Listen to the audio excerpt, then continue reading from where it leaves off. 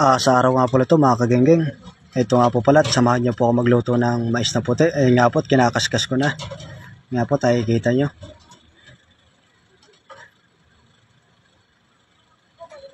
Ayan nga po pala, habang kinakaskas ko at mayroon po naghihimay na malunggay. Mayroon po nakatoka paghihimay. Ayan na nga po, nakikita nyo. Ayan na nga po, tapos ko na pong kaskasin.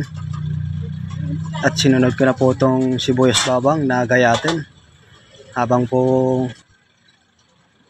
ginagayat kanina, ito na nga po, tagpainit na po ako ng kawalit. Susunod na po natin itong sibuyas, saka po itong bawang. Igisa-gisahin muna natin. Ayan po, nakikita nyo.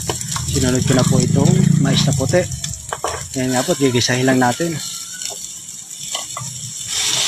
Yan na nga po, talagyan ko ng sabaw. Yan nga po pa ng sabaw na yan ay nakikita nyo naman po na sunod-sunod yung pagpatak ng ulan. Sabi nga po ng ano, isa nakatunga nga sa bagyo, ayan po ay yung tubig ay ipunin natin para pagdating ng tagtuyot meron po tayong magagamit. Yan nga po, nakikita, luto na.